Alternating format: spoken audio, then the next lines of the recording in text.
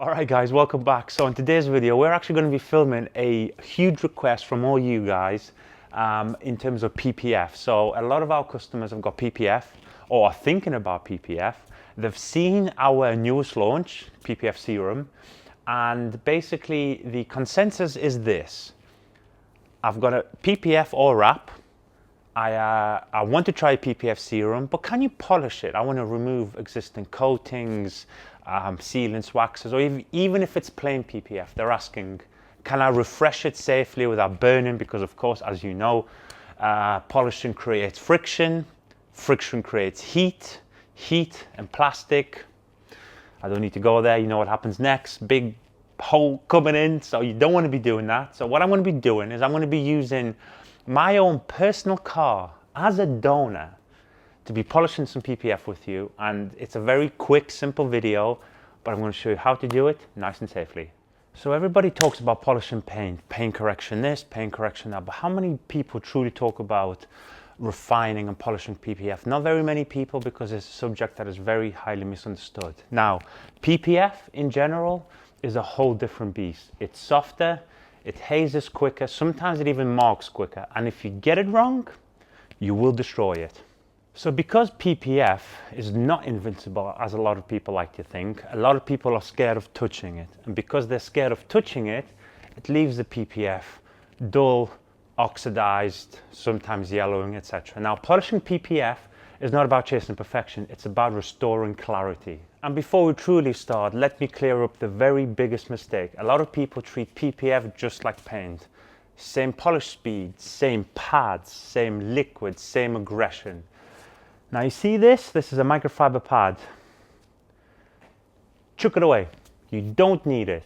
PPF acts a lot like and mimics soft Japanese paint, and it responds a lot better to finesse rather than aggression. And before I show you the true refinement of a 50-50 on what we can actually achieve on a car like this, and if you are in kind of the area now of polishing your PPF or your gloss vinyl wrap, of course, I'm just going to show you exactly what you're going to need. You're going to need the softest possible foam pad, because we are not chasing correction, we're chasing actual refinement. We're actually going to start knocking the machine speeds down. So from an industry average of say 4 to 5 on the speed scale, we're going to go down to a 2 to 3.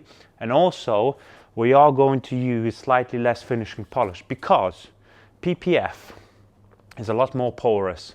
It acts in a whole different way. So it likes to clog up your pad a lot quicker. So to manipulate the process in your favor, this is a tip for your pro tip, you actually use less. So instead of maybe using 4 dots, you're going to use 3, maybe even 2, depending on the brand of the PPF. And now I'm going to show you how we chase the ultimate clarity, and hopefully, I haven't polished this yet, I'm hoping I'm going to get you a real sweet 50-50. So the softest pad with the softest polish, you could see I'm using slightly less. I've gone with 3 on this one, not 2, because it is a fresh pad. And now I'm hoping I'm going to achieve a really, really nice 50-50. The car is actually, as you know, it's in perfect condition, but I'm just teaching you of what I would do if I was to polish the whole kind of car, whether it's wrapped or PPF'd. Now what you will notice is I'm actually going to knock the speed down 2 or 3, right? So that's the speed 3, and I'm going to actually really slow down my hand movements to really kind of chase that jeweling effect, as they call it. And I'm also going to be watching for heat, but obviously with this combination I'm not going to create that much heat. But still, it's always good to be aware of what friction can do against plastic.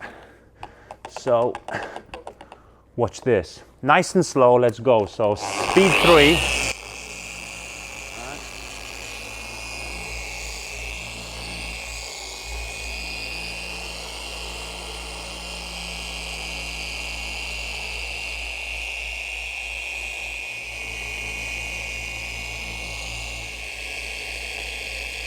Now you should never be worried about polishing PPF. In fact, it's almost like the lazy way, because you're using a finishing product with a finishing pad, and as you can see, it wipes off super easy. All right, come to Papa, let's have a look. Now I'm hoping I'm going to get you the result that you require. Come to Papa, come on. Now, just so you're aware, I'm going to bring you in super close just to see that 50-50, but I'm also in the process removing a previously applied product on this. Now you're going to see a huge clarity change. Now watch this. You think this is good, right? Look, this is the unpolished side. Watch. Look at that. You could see a clear outline. I'm starting to remove product. Now, when you look at it like this, you don't think it's that bad, but when you actually start seeing the 50-50, but look at this at the bottom. Oof. Now that is not removed product. That has been now panel wiped.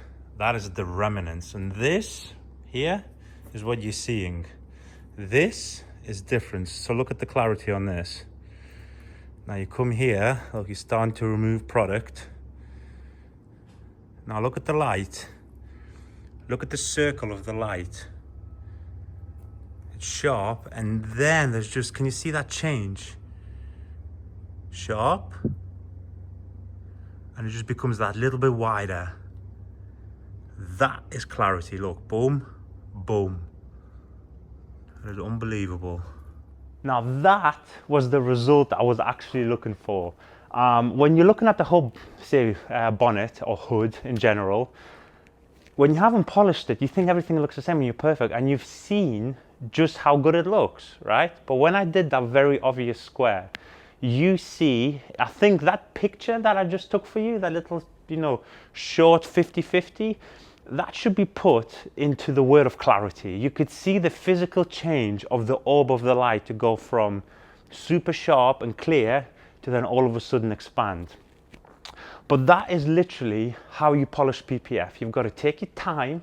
You've got to use the right product, which you should already have if you're into the polishing kind of field of car care. And also, the most important thing, respect the material.